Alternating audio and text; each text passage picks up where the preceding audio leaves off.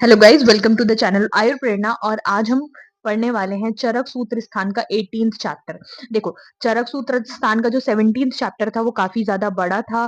हमने उसको 3 पार्ट्स में देखा था और उसमें बहुत ज्यादा इंपॉर्टेंट टॉपिक्स थे। तो मेक श्योर मैंने आपको सफिशिएंट टाइम दिया है कि आप चैप्टर नंबर 17 रिवाइज करो, क्योंकि मैंने आपको बोला था कि उसके बीच में बहुत सारी चीजें लेना है लेकिन चरक नहीं लेना है, ताकि आप एक ही चैप्टर पे अच्छी खासी पकड़ बना के रख सको। अब आज हम पढ़ने वाले हैं चैप्टर नंबर 18। देखो, 18th चैप्टर का नाम क्या है? त्रिशोथी है। अब यहाँ से एक चीज क्लियर हो जाती है कि जो शोथ बताया है, हम यहाँ पर व्याधियां पढ़ने लग गए हैं।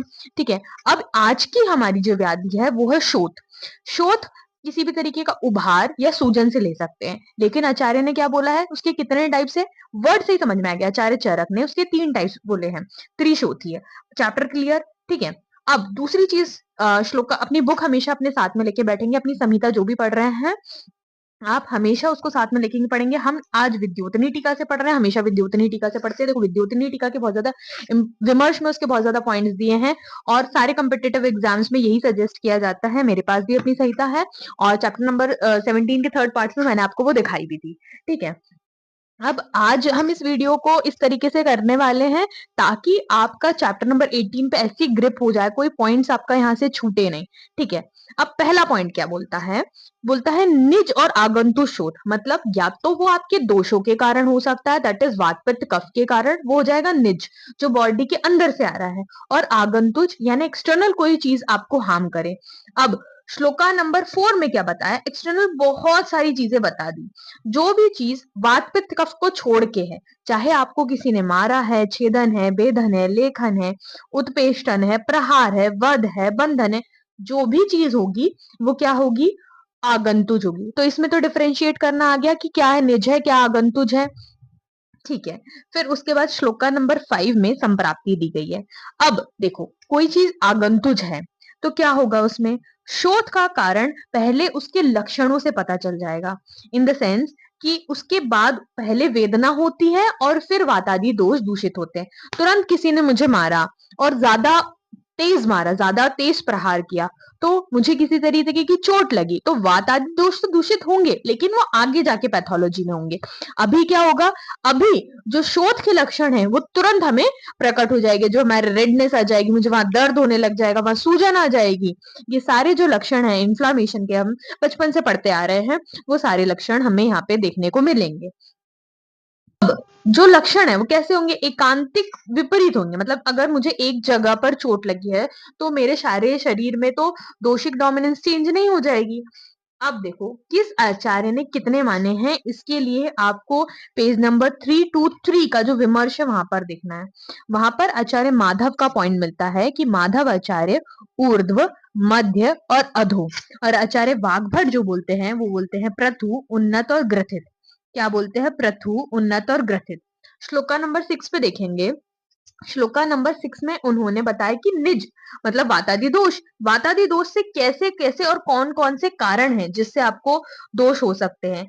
इसमें मेनली 3 क्राइटेरिया है। मतलब ये एक एक लाइन है ना, जैसे ये श्लोक है वो 6 लाइंस का है, उसमें मेन 3 क्राइटेरिया। पहले तो मिथ्या प्रयोग। अब मिथ्या प्रयोग यानी कोई भी चीज जो होनी चाहिए थी अच्छे तरीके से, वो अच्छे तरीके से नहीं हुई है। उसमें या तो कोई चीज ज्यादा हो गई है, बुरी हो गई है, या तो चीज कोई कोई कम हो गई है, दैट इज कॉल्ड एज मिथ्या प्रयोग। अब आप कौन कौन से कर्म कराते हैं, जैसे स्नेहन, स्वेदन, वमन, विरेचन, आस्थापन, अनुवासन, सिरोविरेचन, इन सारी चीजों का मिथ्या प्रयोग हो गया है।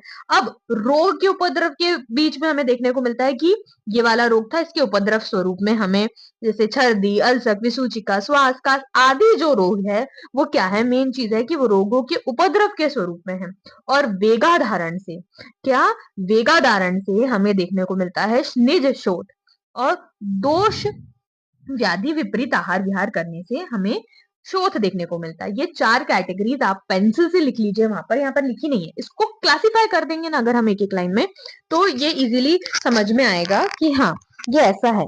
लेकिन यहाँ पे लिखा नहीं है, ये आपकी मेन अंडरस्टैंडिंग है, क्योंकि हर चीज फिजिकली भी हमें को प्रैक्टिकली से समझनी है ना, कि आपको शोथ अर्थात सूजन कैसे हो सकती है। या तो आपने आपकी 4 मेन फिजियोलॉजिकल चीज के बारे में बात करेंगे, आगंतुक शोथ के बारे में भी नहीं बात कर रहे हैं हम, अंदर से जो निकल के आ रहे हैं। या तो आपने स्नेह शोधन आदि क्रिया कराई है तो वो अत्यधिक हो गई है तो आपको हो सकता है। स्नेहन भी और स्वेदन भी, देखो उसमें पूर्व कर्म की इंपॉर्टेंस भी दी है।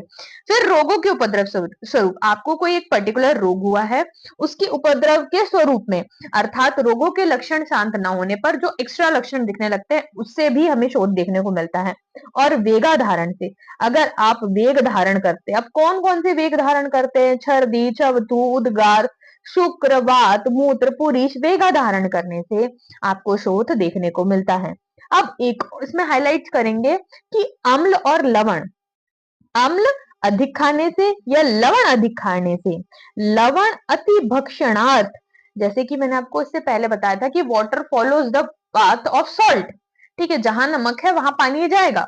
और शोथ क्या है, शोथ को जैसे माधव निदान में अच्छे से बताया गया है कि शोथ है ऐसे कारणों से जब शरीर के जो रस आदि धातुएं हैं, मतलब शरीर का रस ही, शरीर की रस आदि धातुएं क्या होती है, बाहर वाली शिरा में आश्रित हो जाता है। बाह्य शिरा प्राप्यदा कफ अश्रक पित्तानी संदूषिता ही वायु, और उसके कारण वो कहाँ जाती है, हमारी त्वचा और मांस के बीच में आश्रित हो जाती है। कहाँ है वो, एक्सटेंशियल फ्लूइड बोलते हैं हम, इंटरस्टिशियल फ्लूइड होता है और एक्सटेंशियल फ्लूइड होता है। जो सेल के बाहर वाला फ्लूइड है वो रिस्पॉन्सिबल होता है हमारे शोथ के लिए। तो जब हम अत्यधिक नमक खाएंगे, अम्ल खाएंगे, पिष्ट आहार वगैरह सेवन करेंगे, तब इसके होने की संभावना अधिक हो जाती है। ठीक है, अब गर्भ, गर्भ प्रताप मतलब जब अबॉर्शन होता है, तब स्त्रियों में गर्भ की अति पीड़ा होने से या कच्चे गर्भ के गिरने से, ठीक है, that's it is called as abortion, या बच्चा हो जाने पर प्रसूता के नियम को उचित रूप से पालन ना करने से, जैसे कि आपने नॉर्मली भी सुना होगा कि हवा लग जाती है। अगर कोई डिलीवरी वाली मतलब आपके इधर कोई फीमेल होगी और उसमें उसने एक वर्ड यूज किया होगा कि हवा लगने से पेट फूल जाता है, दैट इज हवा, दैट इज मिथ्या आहार विहार। किसको होता है, प्रसूता जिसने उचित नियमों का पालन नहीं किया। हवा इज व्हाट, दैट नियम नहीं पालन कर रहे हैं वो, उसके वजह से भी हमें क्या देखने को मिलता है, शोथ देखने को मिलता है। आपको अच्छे से शोथ समझ में आ गया। अब उसके लक्षण जो चरक चिकित्सा 12 में दिए, उसके विमर्श में क्या दिया है, सगौरवम, अब कोई चीज आ गई है बाहर तो उसके कारण गुरुता तो बनेगी। सगौरवम इष्याद अनव्यवस्थितम, मतलब वो व्यवस्थित नहीं रहता है कि हाँ इतनी स्वेलिंग है तो इतनी रहेगी, आज इतनी रहेगी, 2 बजे 4 बजे 6 बजे इतनी स्वेलिंग रहने वाली, उससे देखने को मिला। सिरासनुत्वम स लोम हर्ष अंग विवर्णता च सामान्यम सामान्य लिंगम शब्दु प्रतिष्ठितम, ये हमें देखने को मिलता है। ये नॉर्मल इसका लक्षण का श्लोक का है। ठीक है, उससे ये चीज समझ में आ गई। अब मैं आपको क्या समझाई थी, व्रण शोथ क्या होता है, जिसमें जो दोष, त्वचा, मांस, रक्त आदि अंग, वर्ण जो वस्तु है वो प्रभावित होकर पाक की प्रवृत्ति पहुंच जाती है, दैट इज व्रण शोथ। जब पाक की प्रवृत्ति पहुंच जाती है उसको क्या कहते हैं हम, व्रण शोथ। और साथ हमारे निज दोष, निज बताएगा किसी वात पित्त कफ के कारण, अगर आपने वातिक डोमिनेंस के कारण, पित्त के कारण, कफ के कारण, फिर वात पित्त कफ के कारण, संधिपात के कारण, अगर ऐसा नंबर पूछा जाएगा दैट इज 7।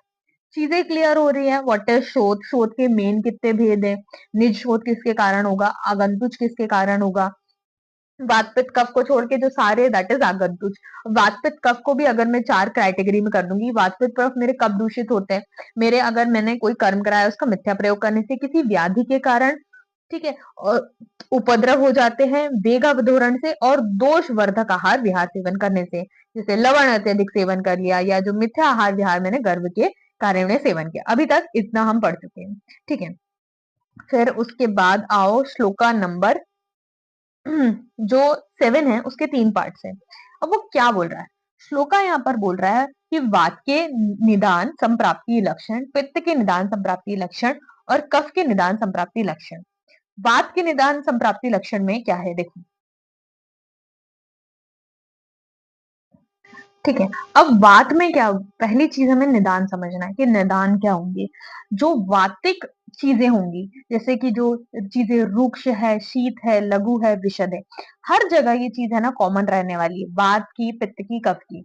जो उष्ण तीक्ष्ण कटु अम्ल क्षार, अम्ल अजीर्ण, ये जो सारी चीजें होंगी, पित्त की हो जाएगी, गुरु मधुर शीत स्निग्ध, ये कोई याद करने की बात है क्या, नहीं, पहली निदान क्लियर। अब संप्राप्ति समझना है, तो मैंने आपको बोला कि त्वचा और मांस के बीच में आ जाता है, तो उसके दुष्य में त्वचा और मांस फिजिकली है, लेकिन यहाँ पर क्या आ रहा है, त्वचा, मांस और शोणित यानी रक्त भी आ रहा है, त्वचा, मांस और शोणित, तीनों में ये चीज कॉमन है। पहले मैंने आपको निदान तीनों के बता दिए, अब तीनों के मैंने क्या बताया आपको कि वो कहाँ है, उसके कौन से दूष्य है, वो क्या प्रकुपित कर रहा है, कहाँ प्रकुपित हो रहा है, दैट इज त्वचा मांस शोणित के बीच में वो शोथ को उभार आ रहा है, मतलब यहाँ आएगा हमारा पार्टिकल, तब जाके यहाँ पर उत्सेद उत्पन्न होगा। अब स्पेसिफिक फीचर क्या है वात के लिए, दैट इज क्षिप्र उत्पाद। अब आपने दबाया उस जगह पर और वो फिर से उड़ गया, आपने दबाया तो वो शीघ्र ही फिर से उत्पन्न हो गया, दैट इज वातिक एंड पित्तिक। ये चीज कितनी हो गई, वात में और पित्त में कॉमन हो गई। सक्षिप्र उत्थान प्रश्मो भवंती, मतलब जल्दी ही उभार हो जाता है और जल्दी ही शांत हो जाता है। अब उसका वर्ण कैसा रहेगा, ये बात हो गई वात और पित्त की। कफ में क्या रहेगा, वो चीज डिफिकल्टी से होगी, यानी कृच्छ उत्थान प्रश्मो, उठेगा भी देर में और बैठेगा भी देर में, जो उत्सेद रहेगा। वर्ण के बारे में बात रहेगी तो श्याम और अरुण हो जाएगा वात का, ठीक है। पित्त का क्या हो जाएगा, कृष्ण नील पील ताम्र, ठीक है। और इसमें हमको मेन चीज जो याद रखनी है वो हो गई हमारी क्षिप्र, क्षिप्र और कृच्छ उत्थान प्रश्मा। फिर वर्ण के बारे में याद करेंगे। अब ये हो गई, आपको समझ में आ गया कि अब लक्षण देखना है। निदान हो गया, संप्राप्ति हो गया, अब लक्षण। अब लक्षण में हमने पहला देखा क्षिप्र उत्थान प्रश्मा कि ये कैसा होगा। अब वर्ण के बारे में देखते हैं, तो वर्ण उसी के होंगे। अब लक्षण जो उसके हमें प्रेजेंस में देखने को मिलेगा, जैसे खर, पारुष, ग्राम, छित, उन्नत। और उसमें वेदना किस प्रकार की होगी, वात में होगा सूची भीरेव, यानी सुई चुभने की जैसी हमें वेदना होगी। और मेन इंपॉर्टेंट चीज यहाँ याद रखेंगे, पिपीलिका भीरव, पिपीलिका यानी चींटियों के काटने के समान, या चींटियां चल रही है ऐसा हमें अनुभव होगा, किसमें, वातिक शोथ में। और सरसप कल्प, यानी सरसों के कल्क शरीर पर लगाने के समान चुनचुनाहट या चिमचिमायत मिलेगी। क्या स्पेसिफिक फीचर्स मिले, दैट इज सूची भी रहे, वात है तो सुई के समान, वात है तो चीटी चल रही है, वात है तो सरसप कल्प और चिमचिमायन। और वातिक शोथ जो होता है वो दिवावली होता है, वो हम आगे चल के देखते हैं, ठीक है। और ये चीटी चलने के जैसे जो वेदना है या चीटी काटने के समान वेदना और कहीं पढ़ा है क्या, हमने वातज गुल में पढ़ा है, मांस आवृत वात में पढ़ते हैं, वातज विसर्ग में पढ़ते हैं, और वातज योनि व्यापक। फिर से रिपीट कर रही हूँ, अगर नहीं याद है तो लिख लो वहीं पर। वातज गुल, वातज शोथ, वातज विसर्ग, वातज योनि व्यापक। चार वातज वातज हो गए, गुल्म, शोथ, विसर्ग, वातज योनि व्यापद और मांस आवृत वात। कौन सा हो गया, मांस आवृत वात। बात कंप्लीट हो गया। पित्त को देखते हैं। पित्त में हमने तीन चीजें देख ली, दोषिक डोमिनेंस पता है, नॉर्मल लक्षण पता है, क्षिप्रतान प्रश्मा दिखता है, वर्ण पता है। फिर कपिल ताम्र रोमा कैसा हो जाएगा, कपिल, कपिल वर्ण के, ताम्र मतलब पीले कलर के, ताम्र वर्ण के जो रोम रहेंगे उसके वो हो जाएंगे, और शोथ में हो जा ठीक है, ये कपिल ताम्र रोमा हो जाएगा। और नाचा स्पर्शम उष्णम, मतलब शोथ में शोथ से जो स्वेद निकलता है वह उसको गीला कर देता है, और स्पर्श किया जाए अथवा गर्म वस्तु का स्पर्श किया जाए तो उसको सहन नहीं कर पाएगा। नाचा स्पर्शम उष्णम, नहीं कर पाएगा क्या, उष्ण स्पर्श का सहन नहीं कर पाएगा, क्योंकि वो ऑलरेडी पित्तक डोमिनेंस वाला है। अब चलते हैं कफिक डोमिनेंस पे। कफर डोमिनेंस वाला क्या बोल रहा है, कृच्छ्रुतमान प्रश्न याद रखेंगे। इसका वर्ण क्या, पांडु श्वेत। लक्षण होंगे गुरु स्निग्ध सुलक्षण स्थिर साथ। और जब वहां कपिल ताम्र रोमा पड़ा, वहां चीजें कपिल ताम्र रोमा पड़ी, तो हमें यहाँ पे शुक्ल अग्र रोमा पढ़ना है। कैसा पढ़ना है, शुक्ल। और वहां पर स्पर्श असहत्वम पड़ा, किस चीजों से, उष्ण चीजों से। तो यहाँ पर उष्ण स्पर्श उसको अच्छा लगता है, कैसा लगता है, अच्छा लगता है, क्योंकि इसके लक्षण के अपोजिट हो जाता है, तो इससे अच्छा लगेगा।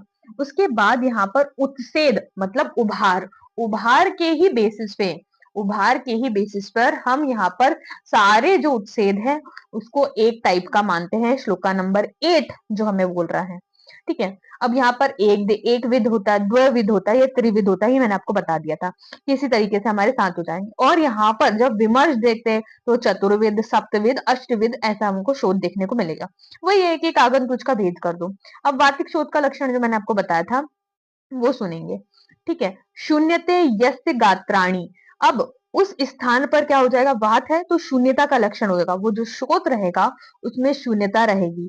और उसको कैसा वेदना होगी। देखो शोथ है तो सुई चुभने जैसी वेदना, पहला लक्षण हमारा क्लियर है। और जब उसको हम दबाएंगे तो अनव्यवस्थित भी रहता है, हाथ से दबाया जाए तो दब जाए पर शीघ्र ही पुनः उठ जाए। इसको कैसे समझेंगे? इसको हमने समझना है क्षिप्र उत्थान प्रश्नों से। इससे समझना है क्षिप्र उत्थान प्रश्नों से। शोथो नक्तम प्रणश्यति, ये ना रात में शोथ कैसा हो जाता है? शांत हो जाता है। आपके पास जब पेशेंट आएगा तो वो कंप्लेंट लेके आएगा कि दिन में तो मेरे है ना पैर सूज जाते हैं और रात में बिल्कुल शांत हो जाते हैं, या वो लेके आएगा रात में जैसे दिन भर बिल्कुल सही रहता है सुबह उठते, लेकिन जैसे जैसे रात होने लग जाती है वैसे वैसे मेरे पैर सूज जाते हैं। तो यहाँ से आप वातज और पित्तस्वेद को पेशेंट की कंप्लेंट के हिसाब से अलग से, मतलब आपको बहुत क्लियरिटी मिल जाएगी। तो शोथो नक्तम प्रणयशिनी यानी रात में जो शांत हो जाता है, दैट इज आर वातज शोथ। और कैसा रहेगा वो शोथ का जो वर्ण रहेगा वो अरुण रहेगा। वर्ण क्या रहेगा? अरुण रहेगा। और स्नेहन स्वेदन मर्दन से शोथ क्या हो जाएगा? वातिक है तो वात के विपरीत लक्षण जो रहेगा स्नेहन स्वेदन मर्दन से, वो क्या हो जाएगा? शोथ हमारा शांत हो जाएगा। उसे हम दिवावली की संज्ञा देंगे। अब पैत्तिक शोथ की बात करेंगे। जो पैत्तिक शोथ क्या रहेगा? अब पित्त वाले लक्षण वहां मिलेंगे, इन्फ्लामेटरी एडिमा मिलेगा, इसे हम पैत्तिक शोथ को इन्फ्लामेटरी एडिमा भी कहते हैं। इन्फ्लामेटरी एडिमा में हमें शोथ शरीर के मध्य भाग में देखने में बनेगा, पूर्व मध्यात प्रशून्यते, मतलब हमें शरीर के मध्य भाग में शोथ देखने को मिलेगा। पित्त, पित्त कहाँ रहता है? मध्य में रहता है ना, हृदय और नाभि के बीच में रहता है, तो वहीं हमें ये शोथ देखने को मिलेगा। और जब ये शोथ होता है हमारे शरीर में तो हमारे नेत्र, मुख और त्वचा का वर्ण क्या हो जाता है? पीत नेत्र, वक, त्वक, सारे चीज का वर्ण क्या हो जाएगा? पीला हो जाएगा। और तनुत्वम च अतिसार, और उस पेशेंट की जो त्वचा है वो कैसी हो जाएगी? पतली हो जाएगी और उसमें अतिसार के लक्षण देखने को मिलेगा। तो अभी हमने बात में कोई स्पेसिफिक ऐसा लक्षण देखा था क्या? सरसों देखा था हमने, उसमें दिवावली देखा था, चींटी चाटने जैसे देखा था, काटने जैसा, चलने जैसा देखा था, लेकिन किसी भी तरीके की व्याधि नहीं देखी थी। अब यहाँ पर हम एक व्याधि का लक्षण पढ़ रहे हैं, दैट इज अतिसार, कि उसको अतिसार हो जाएगा। इन्फ्लामेटरी एडिमा उसको हम बोल सकते हैं। अब श्लेष्मिक शोथ को पढ़ते हैं, श्लोका नंबर 13-14 देखेंगे। अब जब श्लेष्मिक शोथ है, जो कफ उसमें क्या कर देता है? अवरोध उत्पन्न कर देता है, तो जो क्या करेगा? शीतल होगा। शोथ की गति आगे ना बढ़ने वाली होती है, तो शीतः स गति स्तुत कंडुमान पांडुरेव य, मतलब कि पांडु वर्ण का हो जाता है। और जैसे मैंने आपको पहले बताया था कि दबा देते हैं तो वो बहुत देर में उठता है, तो दबाने पर दब जाए पर बहुत देर तक या ना उठे, दैट इज निपीड़ियतो ना उन्मति, मतलब दब जाएगा वो और उठेगा बहुत देर में। आपको एक पिटिंग टाइप का एडिमा, आपने जब दबाया है तो आपको गड्ढा देखने को मिलेगा, उसे क्या कहते हैं? हम कफा शोथ कहते हैं। और ये किस कारण, जब हम इसमें शस्त्र मारते हैं, कुश आदि को मारते हैं तो रक्त नहीं निकलता है। शस्त्र, सॉरी, जब हम इसको कूट आदि से काटते हैं तो हमें शस्त्र काटने पर इसमें से रक्त नहीं निकलता है, कठिनता से इसमें चिपचिपा झाग निकले, वह कफज शोथ कहता है। उसे क्या कहते हैं हम? कफज शोथ। तो वातिक, पैतिक, आई डोंट थिंक सो कि इसके बाद आपको कोई डिफिकल्टी होने वाली है। वातिज या पित्तज या कफज, क्योंकि लक्षण अलग अलग है, वर्णता अलग है, संप्राप्ति एकदम से सेम आती है, लेकिन डोमिनेंसी के कारण इसमें लक्षण चेंज हो जाते हैं। कब कौन सा उठ रहा है, किस भाग में हो रहा है, उष्णता कौन सहन कर पा रहा है, कौन को उष्णता अच्छी लग रही है, इसे हम कहेंगे लास्ट वाला हमारा, दैट इज रक्त, मतलब शस्त्र से अगर हमने कुश से इसको काटा तो शूणितम ना प्रवर्तती, यानी हमारा रक्त का स्त्राव वहां से नहीं नेगा। और निकलेगा भी क्या? तो कृच्छता से एक पिच्छल स्त्राव हमें देखने को मिलेगा। कृच्छता से कैसा स्त्राव देखने को मिलेगा? हमें एक पिच्छल स्त्राव देखने को मिलेगा। अब स्थान के अनुसार शोथ की साध्यता साध्यता बताई है, और वो भी अलग अलग है, मेल के लिए अलग है और फीमेल के लिए अलग है। श्लोका नंबर 16-17, श्लोका नंबर 16-17 में ये बताया, अगर पुरुष है तो पुरुष अपने शूज, जैसे लड़कों को हम देखते हैं कि लड़के जो रहेंगे कपड़े चाहे कितने ही सस्ते पहन ले, उनको शूज उनके महंगे वाले चाहिए, तो उन्हें अपना पैर जो है वो प्रिय है।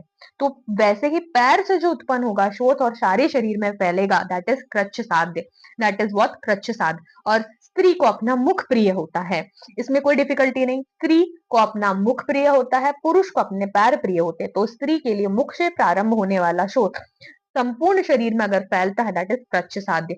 और दोनों के लिए गुह्य स्थान यानी गुदा और जो योनि वाला स्थान है उससे अगर कोई शोथ उत्पन्न होता है वो भी अधिक कष्टकारी होता है। अधिक कष्टतमो बोल दिया, कष्ट तमो बोल दिया है। और उसमें ऑब्वियसली शोथ के सारे उपद्रव प्रेजेंट रहेंगे तो वो उसकी जो क्रोनिसिटी है वो कैसी हो जाएगी और खराब हो जाएगी। शोथ के उपद्रव पे लास्ट टाइम पे बहुत सारे क्वेश्चंस बन चुके हैं।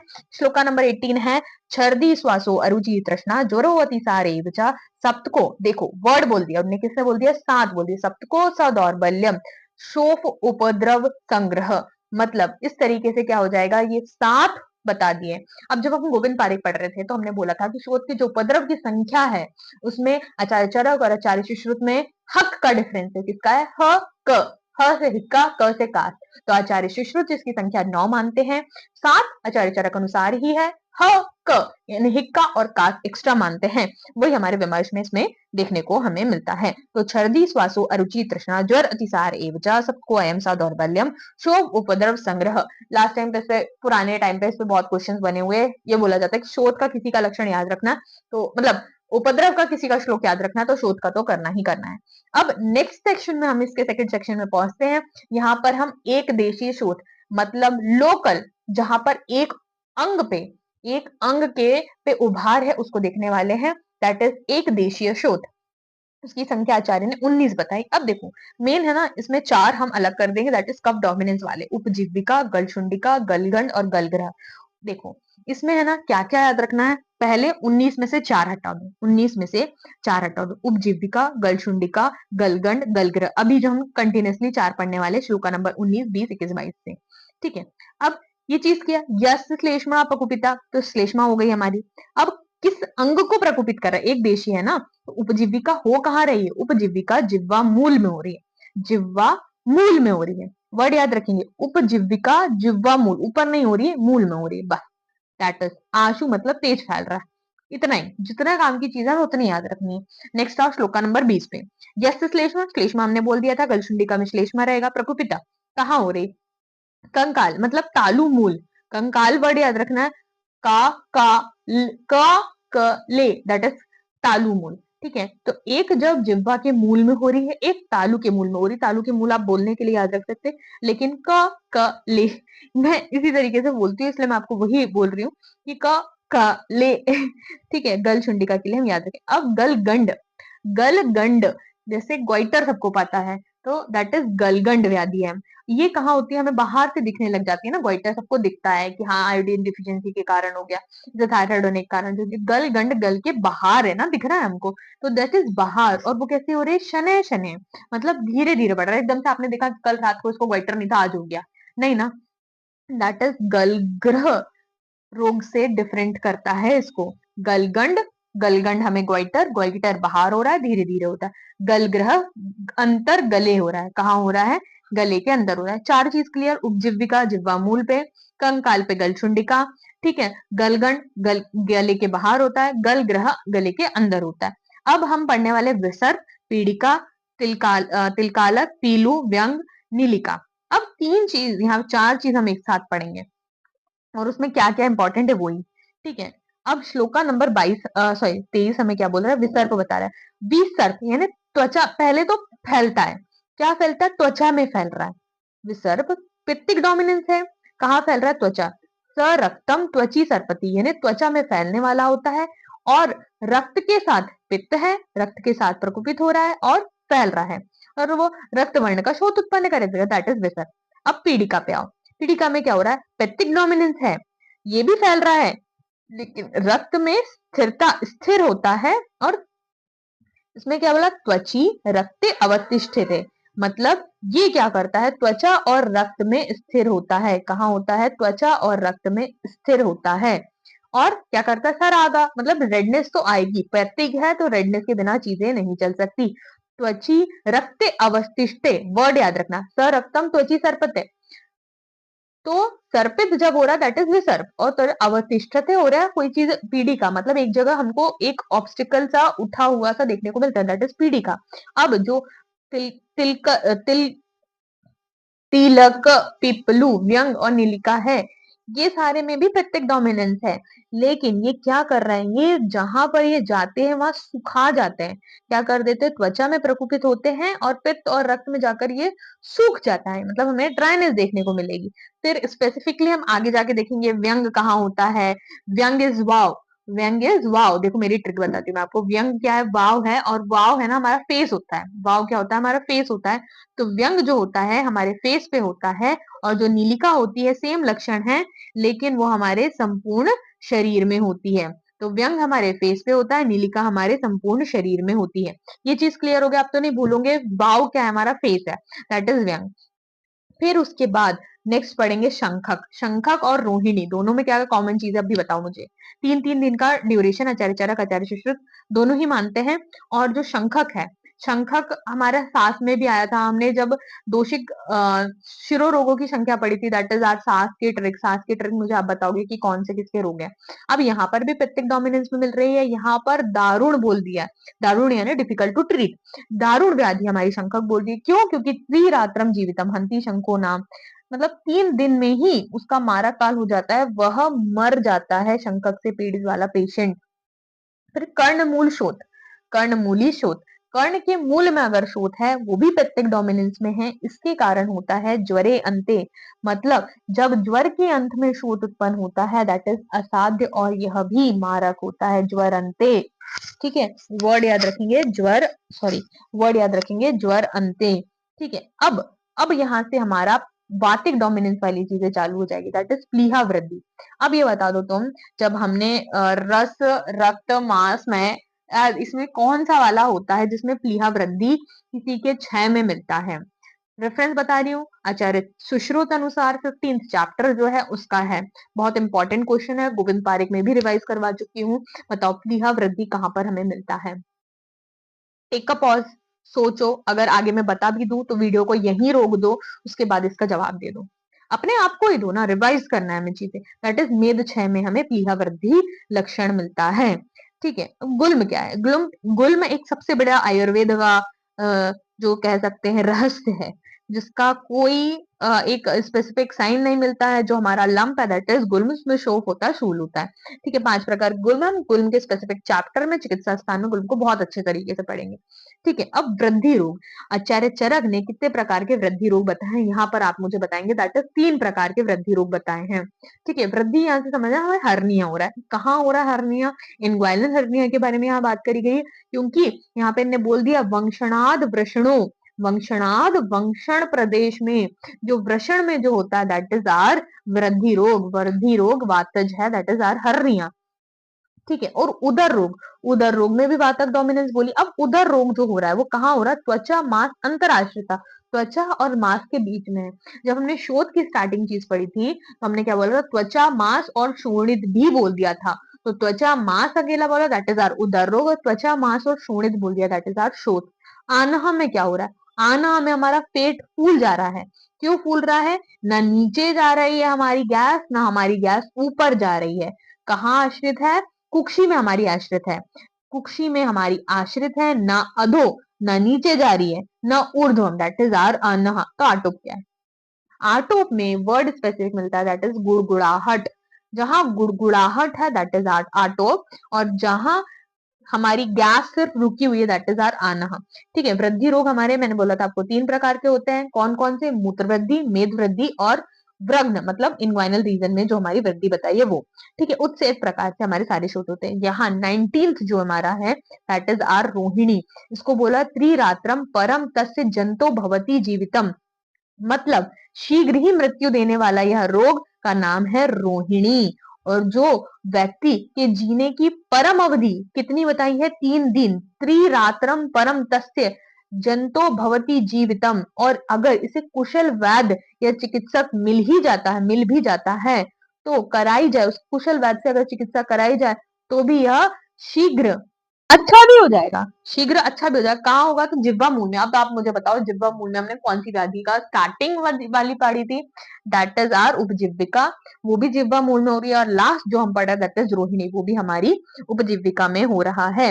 अब रोहिणी का है ना मारक काल आचार्य भोज और खरनाद ने बताया है, जो मैंने आपको कहाँ पर पढ़ाया है? जो मैंने आपको गोविंद पारिक के अंदर पढ़ाया है। दैट इज वात में 7 दिन, भोज के अनुसार पित्त में 4 दिन, कफ में 3 दिन मारक काल बताया, और खरनाद में 7, 5 और 3 बताया। 3 कॉमन है, मतलब पित्त में चेंज है। 7 दोनों का सेम है, 3 दोनों का सेम है, और 5 और 4 का डिफरेंस आता है, दैट इज खरनार और भोज में।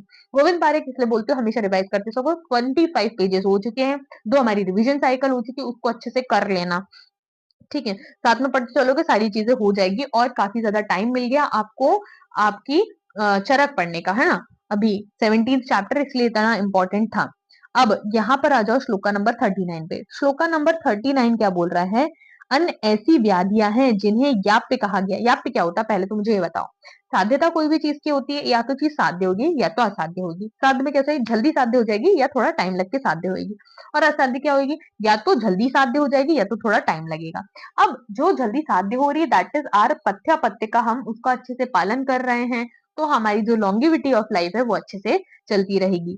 अब कौन सी जो व्याधि, असंख्य व्याधियां बताई है यहाँ पे, कैसे असंख्य व्याधि हो जाएगा? श्लोका नंबर 42 इसका रेफरेंस है कि रुग्ण के बेसिस पे, वर्ण के, समुत्थान के, स्थान के, संस्थान पे, नाम भेद से, ऐसे करके जो हमारी व्याधियां है वो कैसी हो जाएगी? असंख्य हो जाएगी। व्याधियां कैसी हो जाएगी? असंख्य हो जाएगी। ठीक है, अब श्लोका नंबर 44 पे आएंगे। श्लोका नंबर 44 क्या बोल रहा है? इसका रेफरेंस याद रख लो, चैप्टर नंबर 18 में हम ये पढ़ रहे हैं कि जो व्याधि की असंख्यता मैंने आपको बताई, व्याधि की साध्यता, साध्यता हम चैप्टर नंबर 10 में भी पढ़ के आ चुके हैं। और यहाँ पर वो क्या बोल रहा है? विकार नाम कुशलो न, मतलब ऐसी कोई जरूरत नहीं कि आपको जो डिजीज का नाम नहीं पता हो आप उसको ट्रीट नहीं कर सकते, आप उसको ट्रीट कर सकते हो। हर जो व्याधि है वो हर को नाम देना पॉसिबल नहीं रहा है। क्यों नहीं रहा है? कि सुज्ञानी वैद्य रोग का नामकरण करने में असमर्थ हो तो उसे अपनी अज्ञानता या लज्जा पर ना करनी चाहिए, क्योंकि जगत में जितने रोग हैं उनका नामकरण करना क्या है? असंभव है। उनका नामकरण करना असंभव बोल दिया है। विकाराणाम कुश अकुशलो न जिह्यात कदाचन, ना ही सर्व रोगाणाम नाम तो अस्ति ध्रुवम स्थितः। ठीक है, तो ये सारी चीज किसकी हो गई? किसके रेफरेंस में हो गई? और जो दोष की ज्ञा, ज्ञा, गातव्य है वो यहाँ पर बताया है श्लोका नंबर 48 की, मतलब दोषों की सामान्य अवस्था है। इसका गातव्य का मतलब है अवस्था। अब जो फर्स्ट ईयर में आपने याद कर लिया होगा कि वात का कर्म क्या है, पित्त का कर्म क्या है, कफ का जो नॉर्मल ये कर्म है वो क्या है। वात का कर्म श्लोका नंबर 49, पित्त का श्लोका नंबर 50, और श्लोका नंबर 51 से हम समझेंगे कफ के कर्म। अब ये बताओ आप, ये सारी चीजें आपको याद है या नहीं है? पहली चीज ये क्लियर करो।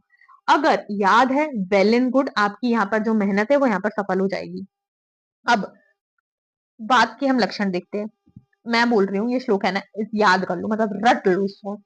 इसलिए नहीं याद करना है कि क्वेश्चन में पूछा जाएगा, इसलिए कि वात पित्त कफ के नॉर्मल कर्म जब हमारे वो 3 पिलर ऑफ आयुर्वेदा है तो आपको याद रहने ही चाहिए, इसलिए सिर्फ बोल रही हूँ। ठीक है, उत्साह, उश्वास, निश्वास, चेष्टा, धातु गति, समा, समूह, मोक्ष, गति, मताम, वायु, कर्म, विकार, जम। बहुत इजी वर्ड्स है ना। उत्साह, जो हमारे शरीर में जो उत्साह है वो किसके कारण आता है? वात के कारण।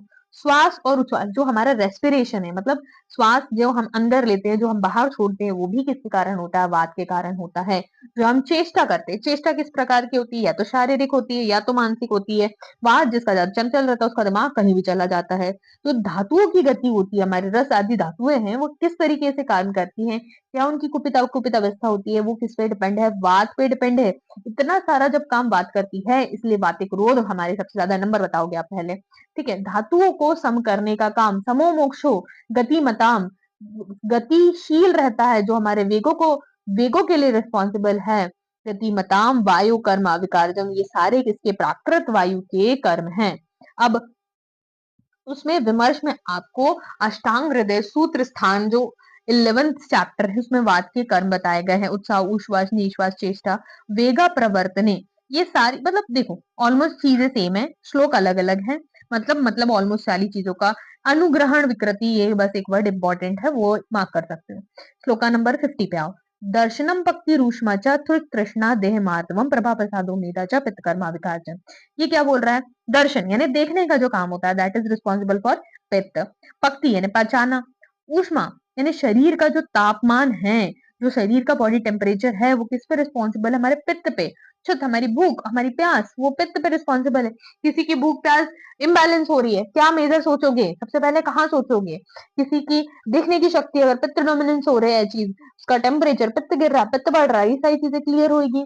प्रभा, प्रभा यानी एक चीज की कांति जो होती है, वो किस पे रिस्पॉन्सिबल है? जो शरीर की पित्त पे रिस्पॉन्सिबल है। प्रसादो मेधाचा, तो मेन वर्ड याद रखोगे, प्रभा प्रसादो मेधाचा। क्या बोलोगे? प्रभा प्रसादो मेधाचा पित्तकर्मा विकार्जन। श्लेष्मा पे आते हैं। ठीक है, श्लेष्मा क्या करता है? एक कफ, जो आप स्लाइम जैसे है ना, कफ को एज स्लाइम जैसे सोच लो। अगर कुछ नहीं समझ में आता है तो कफ को एज स्लाइम जैसे समझने की कोशिश करो, फिर चीजें क्लियर होगी। अब वो क्या करता है? स्नेहन का करता है। स्नेहो बंध स्त्रीत्वम, स्नेहो स्नेहन का काम करता है। बंधन यानी संधियों में जो बंधनता प्रोवाइड कराता है, संधियों को ठीक कौन रखता है? स्थिरता प्रोवाइड कराता है हमारे शरीर में, गौरवता प्रोवाइड कराता है। और उसके बाद यहाँ पर जो हमारे शरीर में वृषणता बलम यानी मैथुन करने की जो शक्ति है, उसके लिए भी हमारा कफ रिस्पॉन्सिबल होता है। और बलास संज्ञा कौन से रेफरेंस में बताई थी मैंने, ये भी बताओ अब आप। ठीक है, ये सारी चीजें इसलिए पूछती हूँ क्योंकि आपको याद आना चाहिए ना, कौन सी चीज हमने कहाँ पर पढ़ी थी। अगर कोरिलेट कर पा रहे तो पुराना याद कर पा रहे हैं कि नहीं कर रहे हैं। क्षमा धृतिर आलोभस्य, क्षमा, धीरता और लोभ का ना करना, ये कहा क्या है? कफ की हमारी स्वाभाविक गतिविधियां है। इस तरीके से हमने चैप्टर नंबर 18 बहुत इजी तरीके से कंप्लीट किया। एक बार इसको अच्छे से देख लिया इस तरीके से तो बहुत इजी हो जाएगा चैप्टर, आगे के चैप्टर्स को समझना। क्योंकि शोध एक बहुत ही ब्रॉड टॉपिक हो जाता है, इसलिए स्पेसिफिक चैप्टर उस पे है, उस पे कौन से रीजन पे जाना है, क्या डोमिनेंस है, क्या लक्षण है, कहाँ पर वो चीज हो रही है। आई होप ये सारी चीज आपको बहुत अच्छे से क्लियर हो गई हो। कोई स्पेसिफिक पॉइंट अगर ऐसा कुछ तो छूटा नहीं है, मैंने आपको हर पॉइंट क्लियर करा दिया है। क्या हमें डोमिनेंस रखनी है, मृदुता, मृदुता दारुणता क्या है, ठीक है। और बस पढ़ते रहो, सारी चीजें ऐसी अच्छे से हो जाएगी। अगले वीडियो में मिलते हैं चैप्टर नंबर 19 के साथ। Thank you so much and stay connected with Ayur Prerna, और चैनल को सब्सक्राइब कर लेना और अच्छे से पढ़ाई करते रहो।